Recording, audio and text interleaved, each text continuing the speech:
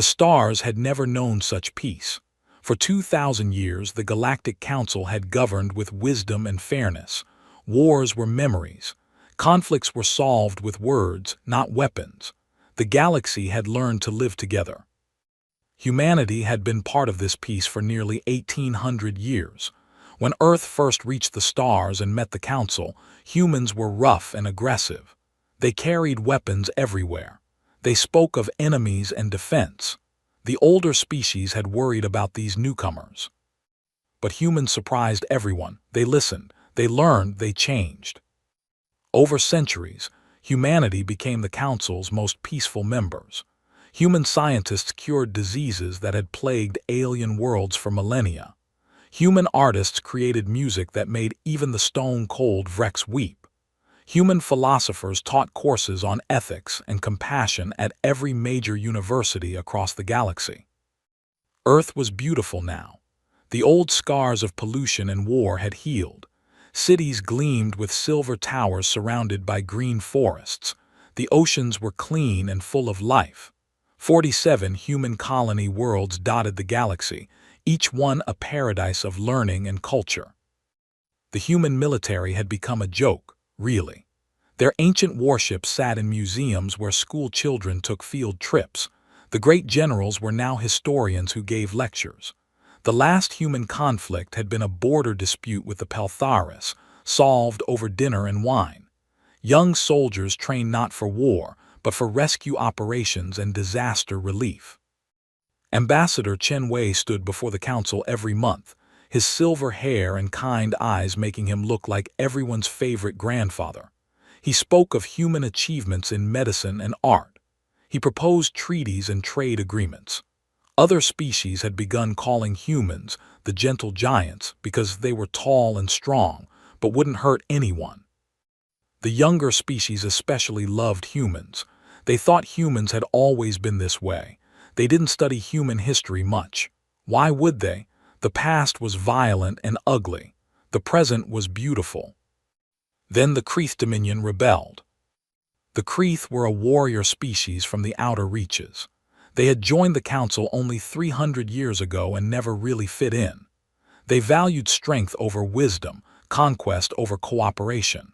For decades, they had complained about Council rules being too soft, too weak. When the Kreeth finally attacked Council outposts in the Outer Rim, everyone was shocked. This wasn't supposed to happen anymore. Wars were ancient history. The Council mobilized its peacekeeping fleets. They were small, mostly designed for showing presence, not fighting real battles. The Kreeth crushed them easily. System after system fell. The Council panicked. Senior Arbiter Velshan called an emergency session. Velshan was a Thalaxian, tall and thin with skin like blue crystal. He was brilliant and ambitious, and he believed he had a solution. "We need leverage," Velshan announced to the assembled Council. "The Kreeth respect only strength. We must show them we are serious." "What do you propose?" asked Councillor Imresh, a cautious Peltharis who always worried about consequences. "The human colonies in the border regions are vulnerable," Velshan said calmly. "We take their children into protective custody. We ensure humanity cannot aid the Kreeth rebellion. We demonstrate that the Council will do whatever necessary to maintain order." The chamber erupted in argument. Half the Council members shouted that this was insane. The other half listened with dark interest. "You want to take hostages?" Ambassador Chen stood slowly, his face pale. "You want to threaten children?" "Not threaten," Velshan said smoothly. "Protect. We would keep them safe in neutral space while this crisis resolves.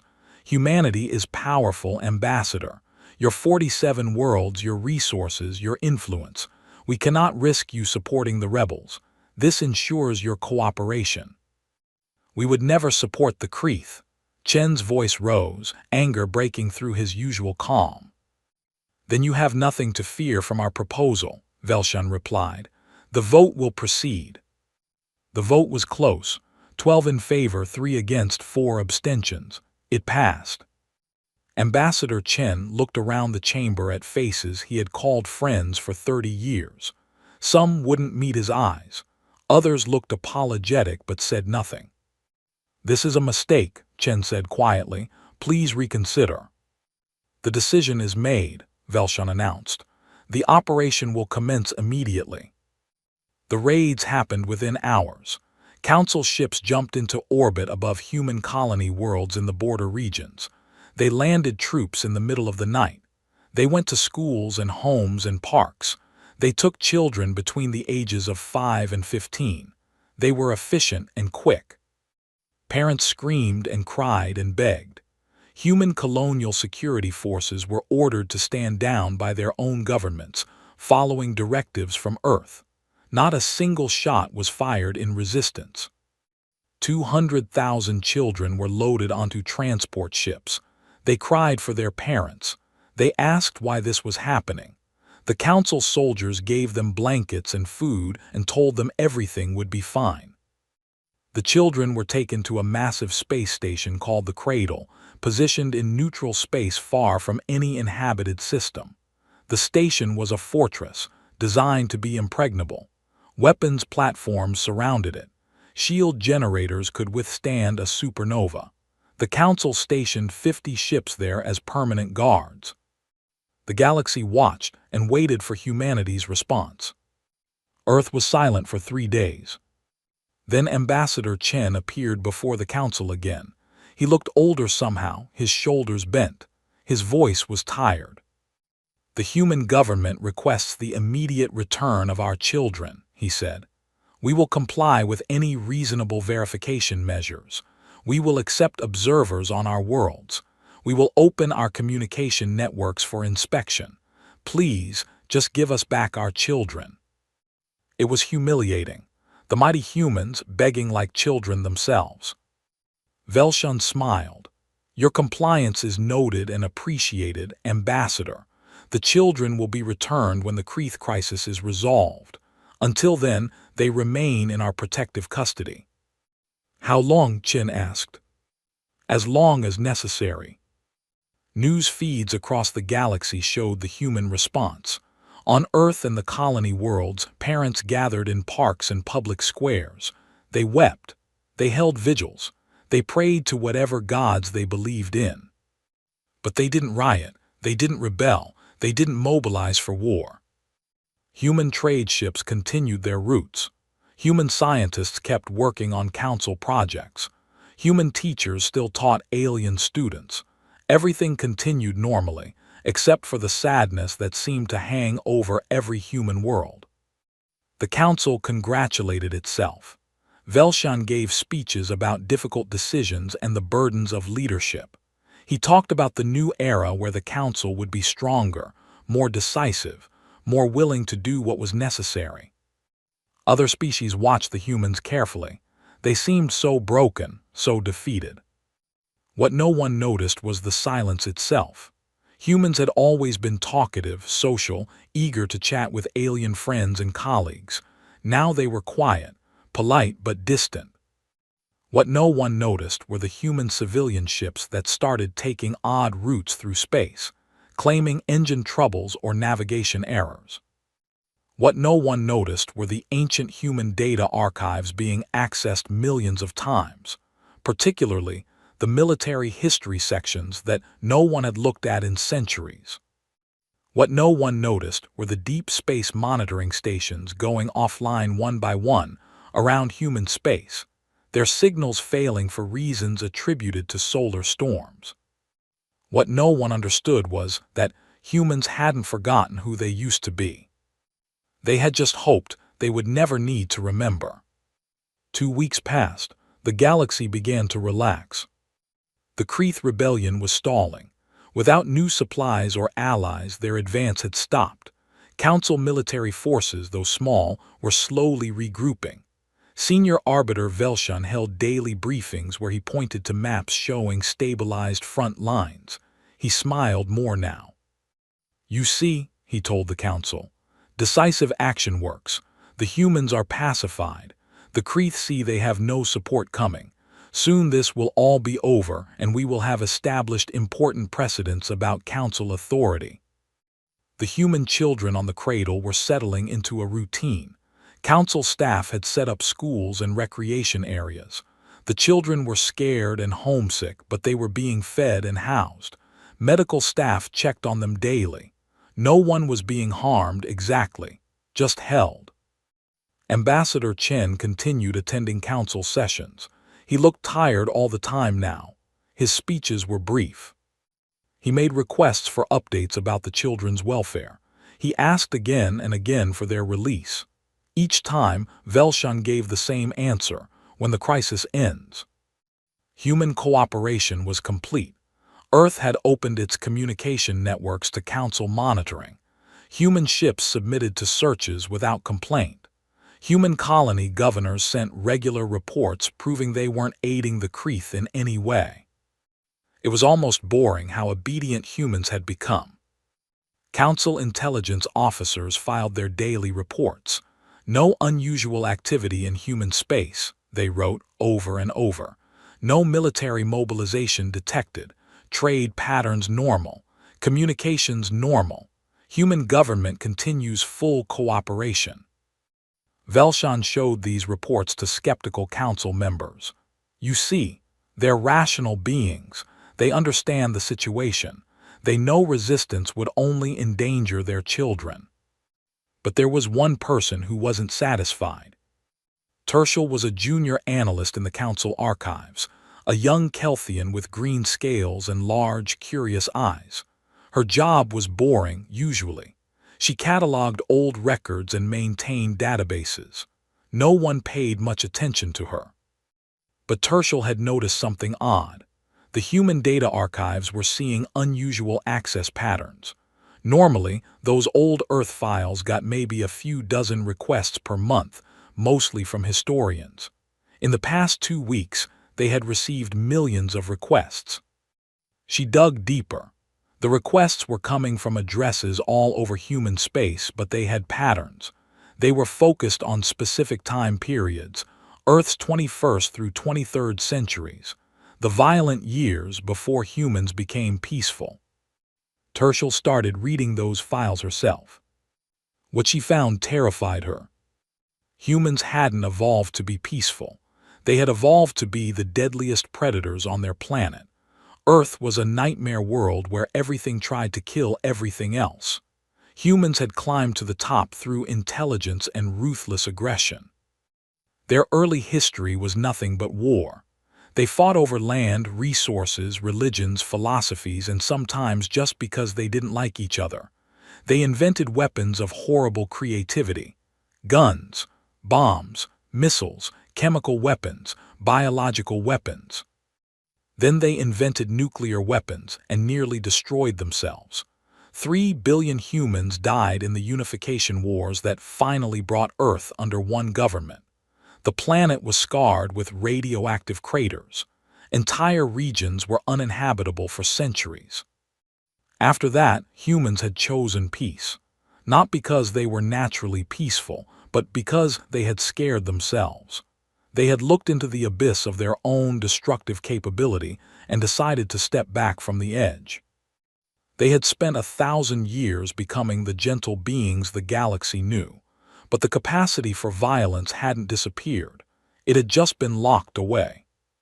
Tertial found old human military doctrines buried in the archives. Terms she had never heard before: total war, scorched earth, mutually assured destruction, overwhelming force, acceptable losses, strategic bombing, civilian targets. The concepts made her physically ill. She wrote a report and requested a meeting with Senior Arbiter Velshan. It took 3 days to get on his schedule. When she finally stood before him in his luxurious office, he barely looked up from his data pad. "Make it quick, analyst. I'm very busy." "Sir, I've been studying human history. I think we may have made a serious error taking their children." Now Velshan looked up, his blue crystalline face showing annoyance. "We've been through this. The decision is made." "Sir, humans aren't naturally peaceful. They chose to be peaceful after nearly destroying themselves. Their old military capabilities were," she searched for words, "terrifying. and I think they might be accessing those old files to remember how to. Stop. Velshun held up one long finger. Analyst Tertial, you're young, you don't understand politics. Yes, humans were once violent, so were most species. The Vrex used to eat their enemies. The Peltharis practiced ritual combat to the death. Everyone grows up. Humans have been peaceful for 2,000 years. 2,000 years. That's longer than many species' entire recorded histories. But sir, the access logs show nothing but humans researching their own history during a stressful time. Perfectly normal. Velshun leaned back in his chair. Do you know how many human ships we've searched in the past 2 weeks? 3,412. Do you know what we found? Trading goods, medical supplies, art. Not a single weapon larger than a personal sidearm. What if they're hiding? They're not. Velshun's voice went cold. I've been in politics for 400 years, analyst.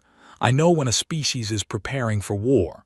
There are signs. Industrial production increases, resource hoarding, propaganda, military recruitment, training exercises. Humans are showing none of these signs. Zero. Tertial's shoulders slumped.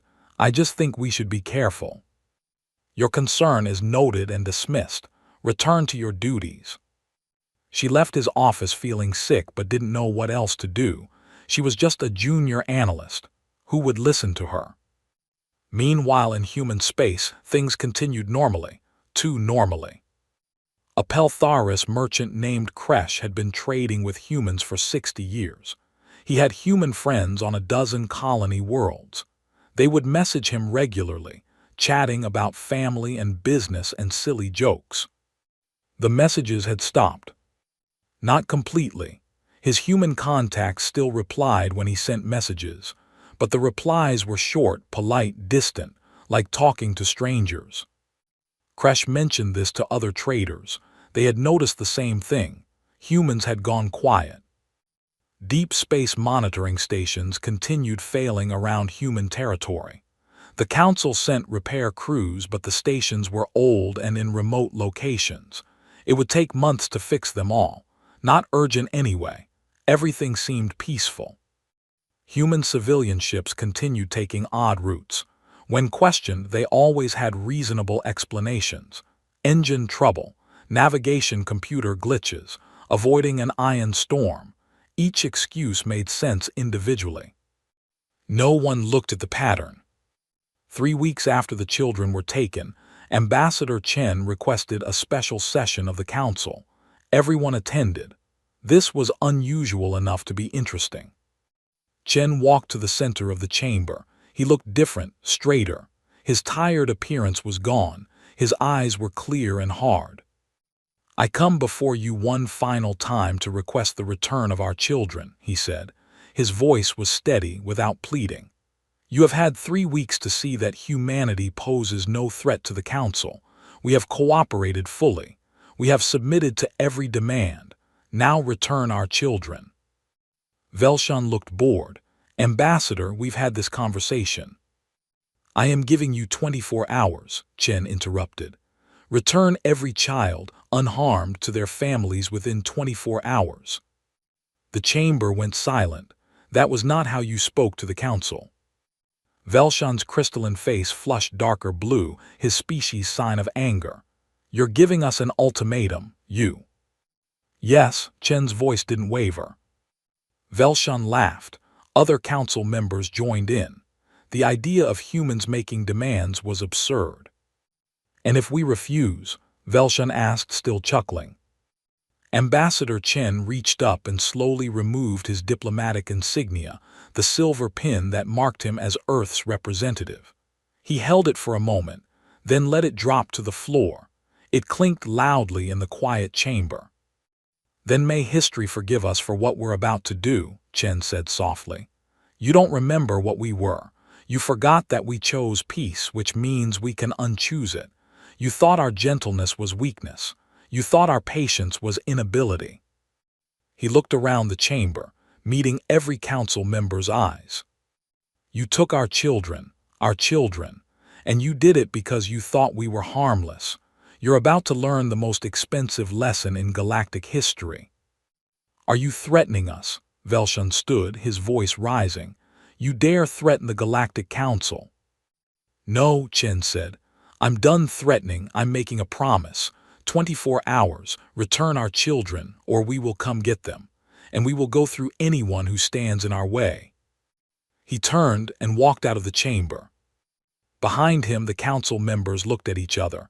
Some were angry, some were nervous, most were confused. Velshan laughed again, but it sounded forced now. Seal all human embassy offices.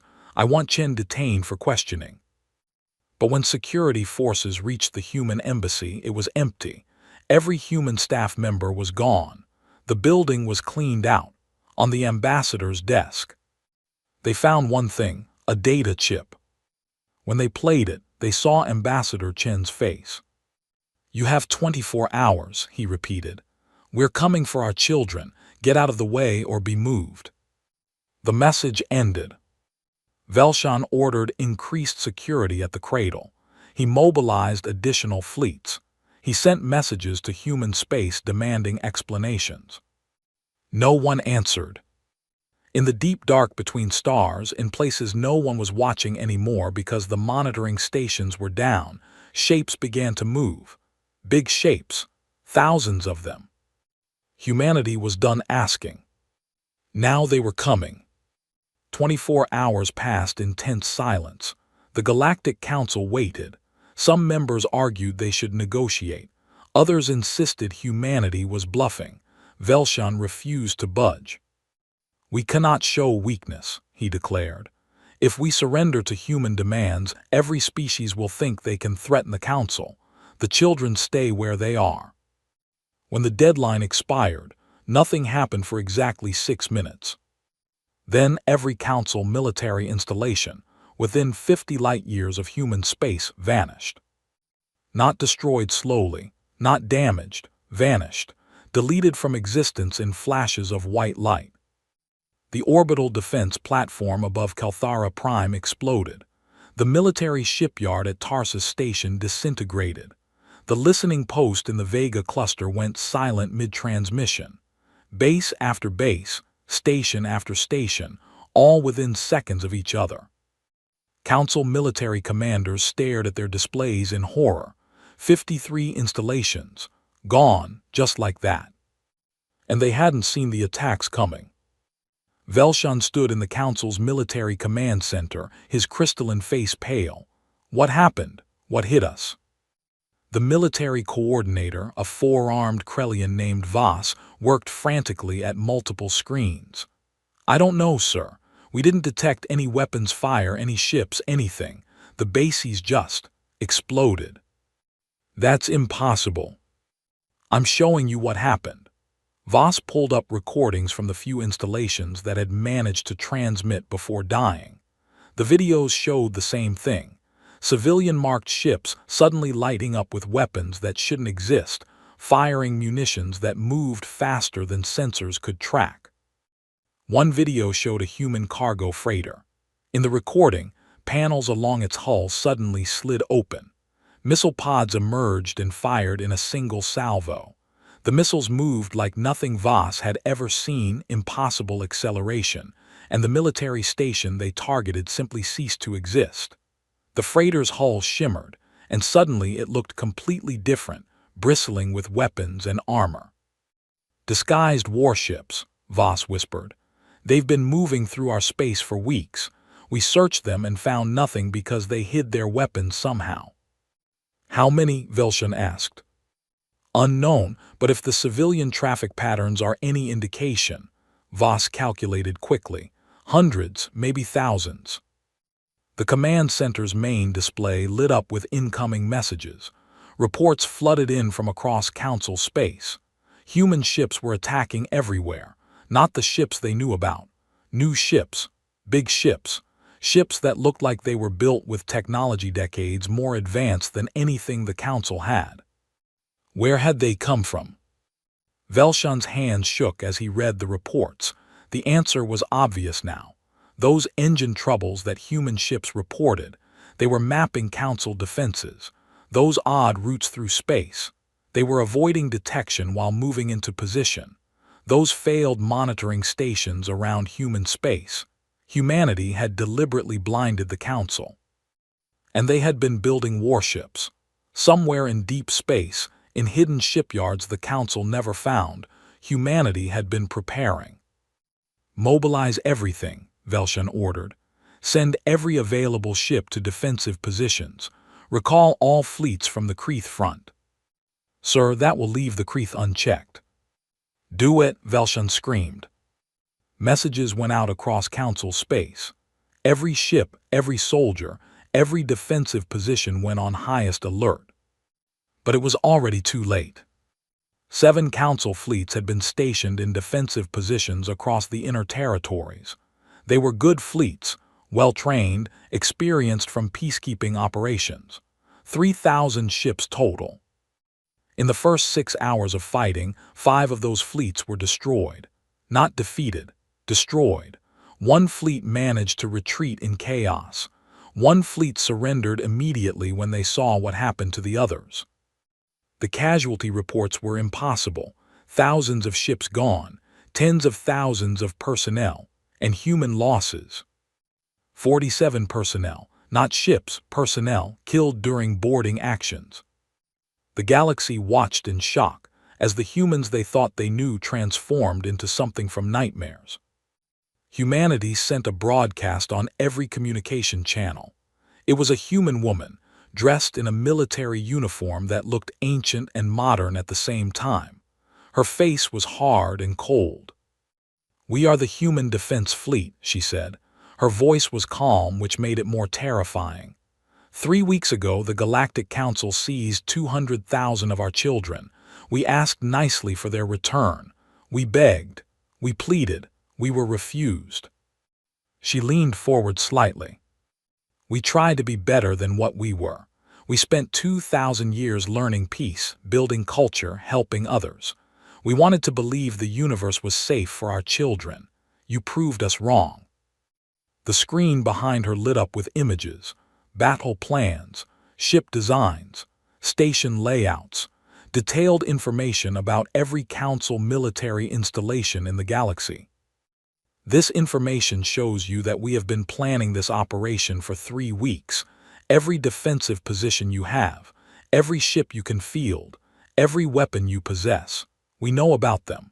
We planned for them. Return our children now, unharmed, or we will take them back through the ashes of your governments." The broadcast ended. Velshan stared at the blank screen. "This is insane. They can't fight the entire Council.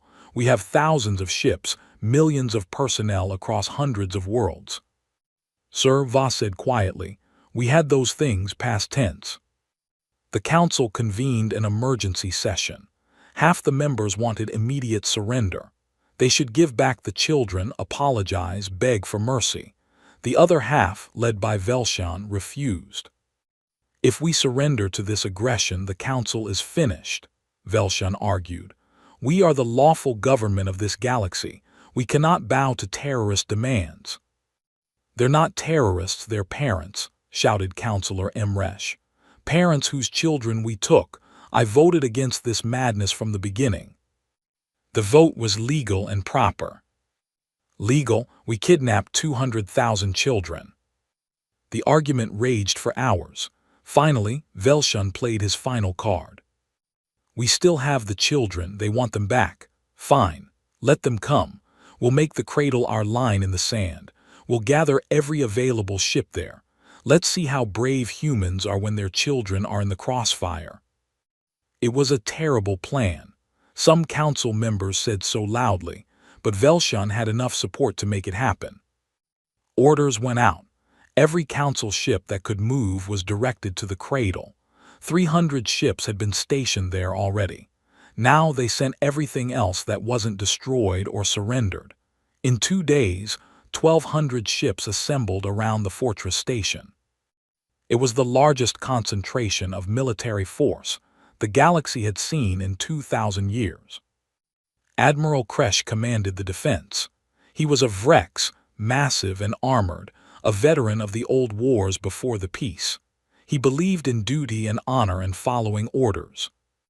"We will hold this position," he told his officers. "The children are safe inside the cradle. The humans will have to go through us to get them, and when they see the cost of attacking us, they will negotiate." But some officers weren't convinced. "Admiral, the humans destroyed 5 fleets like they were swatting insects. 1,200 ships might not be enough." "It will be enough," Kresh said firmly. "This is every mobile asset the Council has. The humans are good, yes, but they're not gods. They can be killed. Ships can be destroyed. They'll see our numbers and think twice." Human fleets advanced on 3 fronts toward the cradle. Every Council world in their path received the same message: "Surrender, and you will not be harmed. Resist, and we will remove you." Most surrendered immediately. Their governments had seen the broadcasts, the casualty reports, the footage of Council ships being torn apart. They weren't stupid. A few worlds tried to resist. They thought their defenses would hold. They thought humanity was bluffing about their advanced weapons. They were wrong. The human attack on Pelthar IV became legendary. The planet had refused to surrender, thinking its orbital defense grid was impenetrable. Humanity deployed weapons the galaxy thought were theoretical. Causality mines that made ships stop existing retroactively. Quantum disruption bombs that tore apart matter at the molecular level. Swarms of AI-guided drones that never stopped coming. The battle lasted 4 hours. Every defense platform was destroyed. Every ship was disabled or destroyed. But true to their word, humans didn't target civilians. They didn't bomb cities. They removed military capabilities and moved on. The precision was almost scarier than the destruction. Humans weren't raging out of control. They were executing a plan with perfect efficiency. Governments started collapsing. 5 Council member species withdrew from the Council entirely and declared neutrality. They sent messages to humanity promising they would not interfere. Some even apologized for not voting against taking the children in the first place. Velshan watched his coalition crumble. In a desperate move, his government arrested him and contacted humanity, offering to hand him over as a peace offering. Humanity's response was cold. "Keep him. We're coming for our children. Everything else can wait." 3 weeks after the war started, human fleets arrived at the cradle. Admiral Kresh watched them come. His sensors showed 400 human warships approaching in perfect formation. Big ships, capital ships, each one bristling with weapons that shouldn't exist. But he had 1,200 ships, 3-to-1 odds in his favor. He opened a channel to the human fleet. "This is Admiral Kresh of the Galactic Council Defense Fleet. You are ordered to withdraw immediately. We have overwhelming force. We will defend this station and the children inside." A human face appeared on his screen, an older man with gray hair and hard eyes. "This is Fleet Admiral Marcus Chen, Human Defense Fleet. You are ordered to stand down, open the cradle's docking bays, and release every child unharmed. You have 1 hour." "I cannot do that." "Then you will die, all of you. We will kill every single person between us and our children. This is not a threat. This is information. 1 hour." The channel closed. Kresh looked at his officers. "Battle stations. Prepare for combat. Do not, under any circumstances, harm the children inside, but defend this position with everything we have." 59 minutes later, exactly on schedule, the human fleet opened fire. And Admiral Kresh realized he had made a terrible mistake. The Battle of the Cradle didn't look like the battles Admiral Kresh remembered from the old days. There was no honor in it, no glory, just efficiency and overwhelming violence. The human fleet split into 4 groups as they advanced. Kresh ordered his ships to focus fire on one group, trying to overwhelm them with numbers. It was sound tactics, standard tactics. The human ships didn't care. They deployed weapons Kresh had never imagined. Reality itself seemed to break around some of their shots. Space warped and twisted. Ships that were hit didn't explode. They just stopped being there, erased from existence so completely that sensors couldn't even detect debris. Kresh's flagship shuddered as a human weapon hit their shields. The shields held, but just barely. The power drain was enormous. "Return fire," he ordered. His ships launched everything they had: missiles, energy beams, kinetic projectiles, thousands of weapons streaking through space toward the human fleet.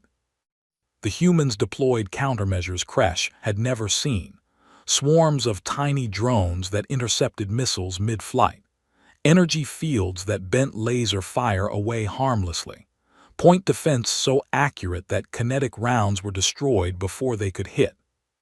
And when Council weapons did hit human ships, the damage was minimal.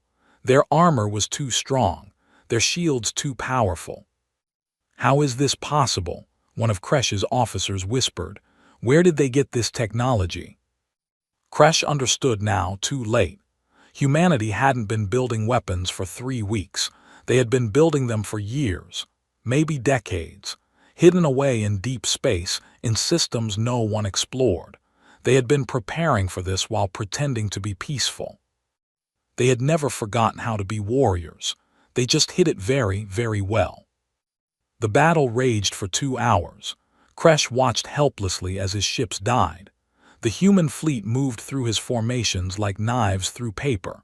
They were coordinated perfectly, each ship knowing exactly where every other ship was, supporting each other, covering weaknesses. His communications officer shouted over the noise of battle. "Admiral, Captain T-Vex of the 2nd Squadron is requesting permission to surrender." "Denied. We hold this position." "Admiral, the 2nd Squadron doesn't exist anymore. They're all dead." Kresh looked at his tactical display. Red icons everywhere, showing destroyed ships. Of his 1,200 vessels, fewer than 800 were still fighting, and they had barely damaged the human fleet. "Sir," another officer's voice cracked with panic. "Human boarding craft approaching. They're targeting the station directly." "Shoot them down." "We're trying, they're too fast." Kresh switched his view to external cameras. He watched as human boarding craft, small and heavily armored, dodged through the battle. They moved with impossible agility, avoiding fire, weaving between explosions. They slammed into the cradle's hull and began cutting through. Security teams to breach points, defend the children. But Kresh knew it was over. He had failed. The humans were coming for their children and nothing would stop them. He opened a channel to the human fleet. "This is Admiral Kresh. I request terms for surrender." The human admiral's face appeared. Marcus Chen looked tired but determined. "Open all docking bays. Withdraw all armed personnel from the sections where children are held. Do it now." "If I do that, you'll kill my people during the boarding." "If you don't do it, we'll kill your people anyway. But if you comply, anyone who doesn't resist will live. That's my only offer." Kresh looked around his bridge. His officers stared back at him. They were defeated and they knew it. "All ships cease fire," Kresh said quietly. "All stations open docking bays. Security teams withdraw from child housing sections but remain armed and ready." He cut the channel and slumped in his chair. 2,000 years of peace ended because the Council took children from the one species that would never forgive it. The human boarding teams moved through the cradle with terrifying precision. They weren't the gentle humans the galaxy knew. These were soldiers, trained and equipped for war. They wore powered armor that made them look like metal demons. They carried weapons that could punch through bulkheads. Any Council soldier who raised a weapon died instantly. Any soldier who dropped their weapon and raised their hands was zip-tied and left alive. The humans weren't cruel, but they weren't gentle either. They had a mission, and nothing would stop them. The children were held in the central habitation ring, designed to be the safest part of the station. The humans cut through every barrier, blasted through every locked door, destroyed every defensive position. When they finally reached the habitation ring, they found 200,000 human children huddled together, scared and crying. Council caretakers stood nearby, unarmed, hands raised in surrender. The human soldiers stopped. For a moment their military efficiency cracked.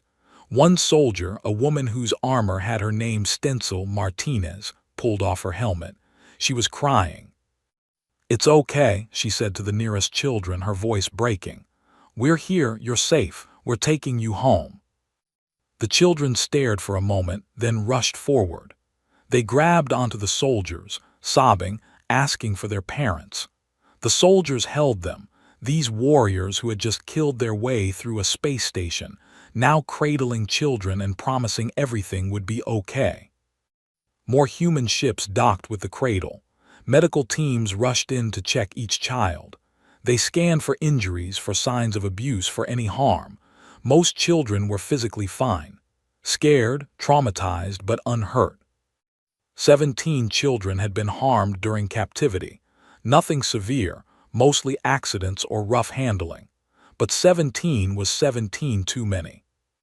The human soldiers who learned about those 17 went very, very quiet. They didn't shout or rage. They just marked the names of the council personnel responsible and moved on with their mission.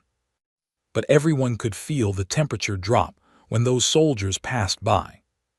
Within 6 hours, all 200,000 children were evacuated to human medical ships. They were given food, water, blankets, and immediate psychological support. Messages were sent to their families. "Your child is safe. We're bringing them home." Across human space, billions of people wept with relief. Across the rest of the galaxy, billions of people watched in shock as humanity broadcast footage of the rescue. They showed the children being carried out by soldiers who handled them like they were made of glass. They showed medical staff checking each child with tears running down their faces. They showed the moment children were reunited with parents via video call. It was propaganda, yes, but it was effective. The galaxy saw that humanity hadn't been lying. This was about the children, only the children. When the last child was safely away, the human fleet withdrew from the cradle. They left Admiral Kresh and his surviving ships alone. They didn't destroy the station. They didn't execute prisoners. They just took their children and left. But before they left, Fleet Admiral Chen sent one final message to the Galactic Council. "We have our children back. Now we want justice." The casualty reports from the war were devastating. The Council had lost 4.7 million military personnel. 847 ships had been destroyed. 12 space stations were gone. 34 military installations had been wiped out. Human losses: 2,400 military personnel, 31 ships. The numbers were so lopsided they seemed fake, but they weren't. Humanity had prepared perfectly, executed flawlessly, and shown absolutely no mercy to anyone standing between them and their children. Several council governments collapsed entirely. Citizens revolted against leaders who had supported taking the children. The council itself fractured.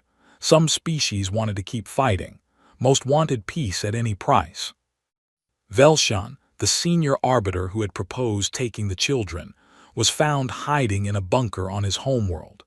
His own government arrested him and announced they would cooperate fully with whatever justice humanity demanded. Ambassador Chen, no longer wearing his diplomatic insignia, appeared before what remained of the council. The chamber was half empty. Many members had fled or been overthrown. "Humanity seeks no territory," Chen said. His voice was calm again, like the grandfather everyone remembered, but his eyes were different now, harder.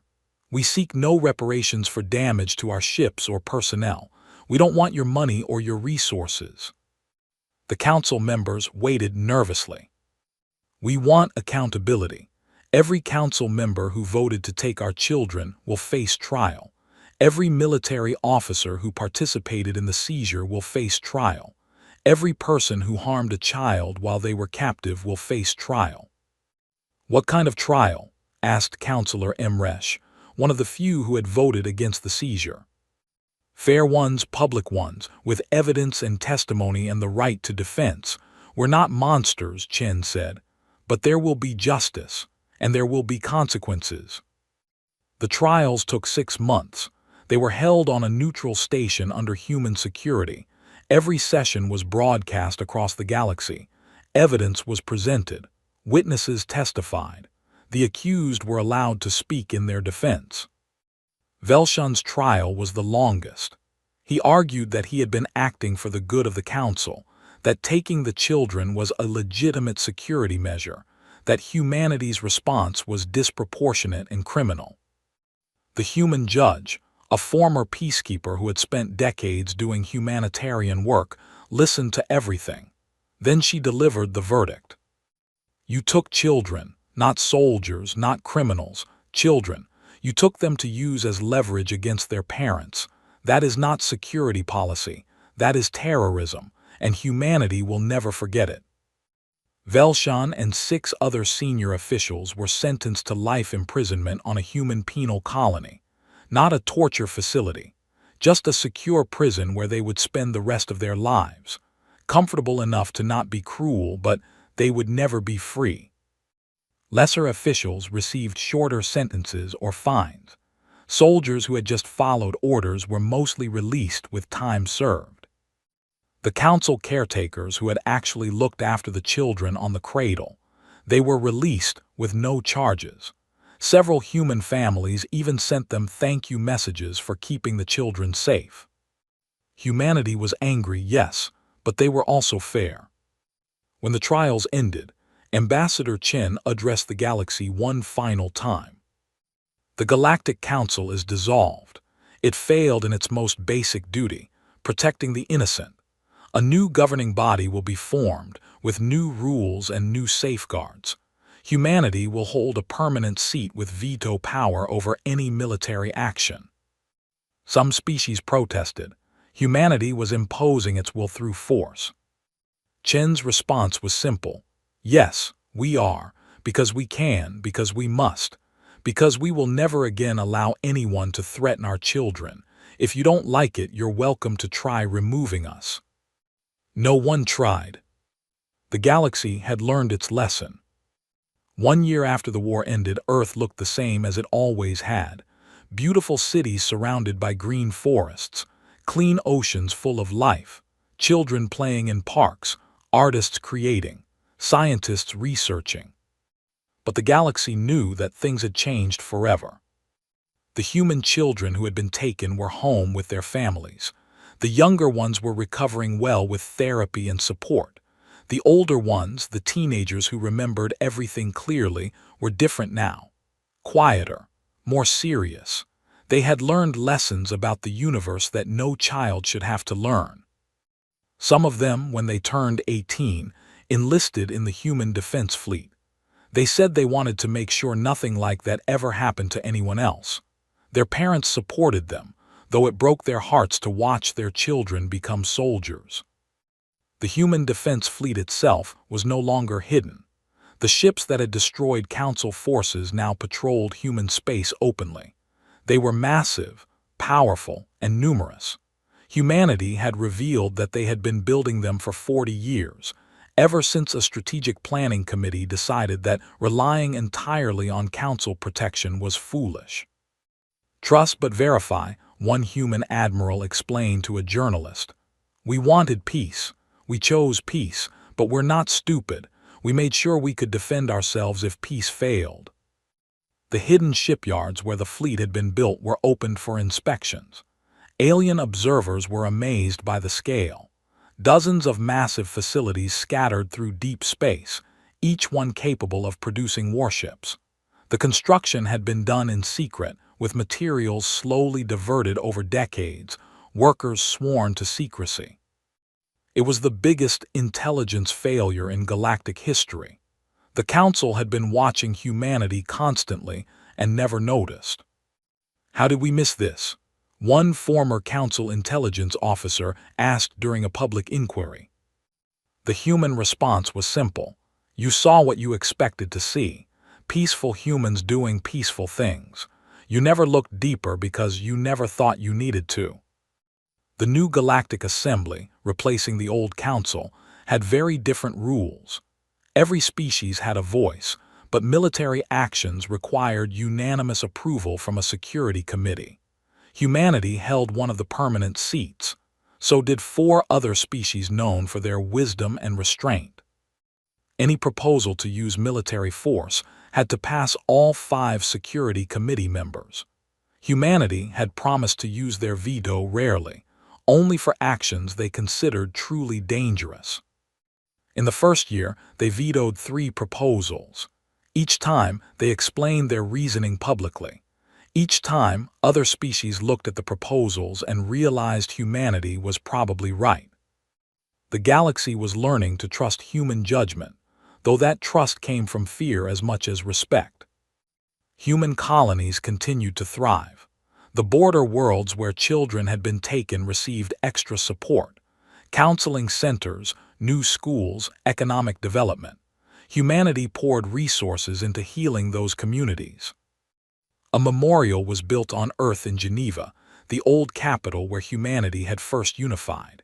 It was a simple design, a wall with 200,000 names carved in stone. The children who had been taken. Beneath their names, in smaller letters, were the names of the 2,400 human soldiers who had died bringing them home. People visited the memorial every day. They left flowers, they touched names, they cried. Parents brought their children to see it to teach them why it mattered. "This is why we stay strong," they would say. "This is why we never let our guard down, because when we did, this happened." The human warships that patrolled space now were a constant reminder. They were beautiful in their own way, sleek and powerful, but they were also frightening. Everyone knew what those ships could do. Other species began asking questions. How advanced was human technology really? The weapons they had used in the war were decades beyond anything else in the galaxy. What else did they have that they hadn't shown? Humanity refused to answer. "We revealed what we needed to reveal," was the standard response. "The rest remains our business." It made everyone nervous, but it also made everyone very careful about how they treated humans. One day, about 18 months after the war, an old Kelthian with green scales appeared at the memorial in Geneva. She stood for a long time, reading names. A human veteran who worked as a memorial guide approached her. "Can I help you?" he asked. "I'm Tertial," she said. "I was an analyst for the old council. I tried to warn them. I tried to tell them that humans were dangerous, that taking your children was a terrible mistake." The veteran studied her. Did they listen? Number Velshun thought I was being paranoid. He thought 2,000 years of peace had made you soft. She looked at the veteran with sad eyes. "I read your history, your military doctrines, your wars. I knew what you were capable of, but no one believed me." Would it have mattered if they had? "I don't know. Maybe they would have returned the children immediately. Maybe not." Tertial touched one of the names on the wall gently. "I came to apologize. I was part of a government that did this to you. Even though I voted against it, I was still part of it."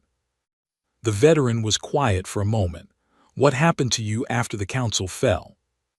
"I work for the new assembly now. Analysis and research, trying to prevent future mistakes." She smiled sadly. "Trying to make sure everyone remembers what happens when you threaten someone's children." "Good," the veteran said. "We need people like you, people who remember." Tertial looked at him with surprise. "You're not angry with me?" "You tried to stop it. That counts for something." He gestured at the memorial. "We're angry at the people who did this. The people who thought they could use children as tools, not at everyone who was part of the council." "Will you forgive us? The galaxy, I mean." The veteran thought about that for a long time. "We already have, mostly. That's why you're still alive to ask the question. If we wanted revenge against everyone who was part of the council, the war would still be going. We'd be burning worlds and executing millions." "Then why the warships? Why the show of force?" "Because forgiveness doesn't mean stupidity. The veteran looked up at the sky where human patrol ships could be seen as bright points of light. "We forgave you, but we'll never forget, and we'll never be helpless again." Tertial nodded slowly. "That's fair, I suppose." "More than fair," the veteran said. "We could have done much worse. We showed restraint. We only killed people who stood between us and our children. We didn't target civilians. We didn't destroy your worlds. We could have. We chose not to." "Why?" The veteran smiled, but it was a sad smile. "Because we're still trying to be better than what we were. We still want peace. We still believe in cooperation and culture and helping others. Taking our children didn't destroy that. It just reminded us that sometimes you have to be willing to fight for the things you love." Tertial stayed at the memorial for another hour, reading names and thinking. When she left, she understood something important. Humanity had changed, but not in the way the galaxy feared. They hadn't become mindless war machines or ruthless conquerors. They had just stopped pretending they couldn't be dangerous. The years passed. The galaxy adjusted to the new reality. Trade continued. Culture was exchanged. Scientists from different species worked together on projects. Artists collaborated. The good parts of galactic civilization continued. But everyone was more careful now, more respectful. No one made casual assumptions about humanity being soft or weak or easy to push around. The phrase, "they have our children," entered galactic languages as an idiom meaning the ultimate red line, the one thing you never threaten. Young humans grew up knowing their species was both feared and respected. They learned about the war in school, about why it happened, about what their parents and soldiers did to bring the children home. Some found it inspiring. Some found it sobering.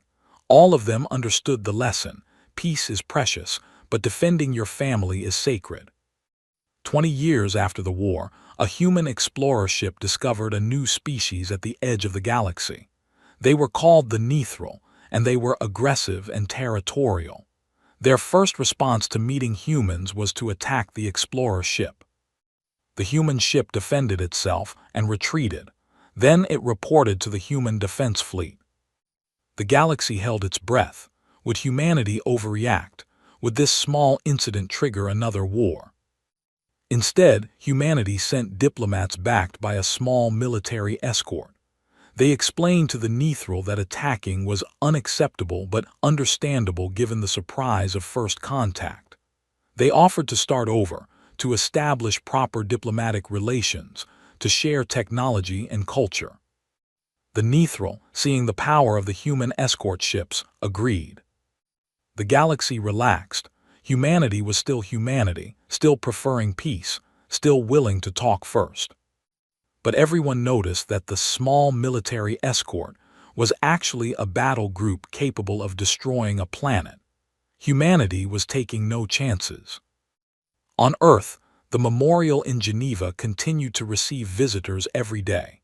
New names had been added over the years, soldiers who died in other conflicts or accidents. But the original 200,000 children's names remained at the center, the heart of the memorial. Parents still brought their children to see it. Veterans still served as guides, telling the story to anyone who would listen. And in orbit above Earth, the warship stood guard, silent, powerful, ready. A human poet wrote words that were inscribed at the entrance to the memorial. They became famous across the galaxy, translated into 100 languages, quoted in schools and speeches. "We chose peace because war cost too much. We chose forgiveness because hate was too heavy. We chose patience because anger clouds judgment, but we will never choose helplessness. We will never choose weakness. We will never allow harm to come to our children without response. This is not a threat. This is a promise. We will protect what we love, always." 50 years after the war, the generation of children who had been taken were now middle-aged adults. Some had children of their own. They told their kids about being scared on the cradle, about the moment human soldiers came for them, about being reunited with their parents. "Were you angry?" one child asked her mother. "At first, yes, then just scared, then relieved when we were rescued. Are you angry now? The mother thought about it. No, not anymore. The people responsible face justice. The galaxy changed because of what happened to us. Good things came from it, even though it was terrible. Would you do it again, if it meant the galaxy learned this lesson? No, the mother said firmly. No child should have to go through that, but we did, and we survived, and we made sure it meant something. That's all we can do. The child thought about that. I'm joining the defense fleet when I'm old enough. I know, the mother said sadly. Half your generation is. You all want to protect others the way you were protected. Is that bad? No, it's noble. I'm just sad that you feel you have to. The universe isn't safe, Mom. You taught me that. We have to make it safe. The mother hugged her daughter. Just remember that the goal is peace. The weapons are tools, not the purpose. We defend so that others can live without fear. That's what makes us different. The child nodded against her mother's shoulder. She understood. Her generation understood. They had learned the lesson in the most painful way possible. The galaxy could be beautiful and peaceful, but it required strength to maintain that peace. It required vigilance to protect the innocent. It required the willingness to fight when all other options failed. Humanity had learned that lesson twice. Once when they nearly destroyed themselves. Once when they discovered that choosing peace didn't mean others would choose it too. They would never forget either lesson. And across the galaxy, every species remembered what happened when someone threatened human children.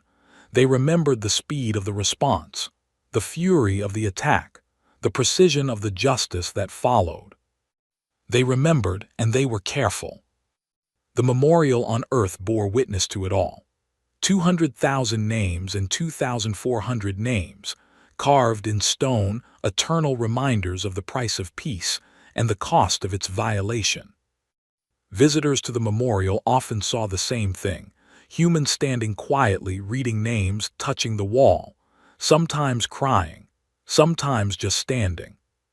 And if you asked them what they were thinking, they gave the same answer every time. Remembering, so it never happens again. The galaxy remembered too. It was the most expensive lesson in history, and it was learned permanently.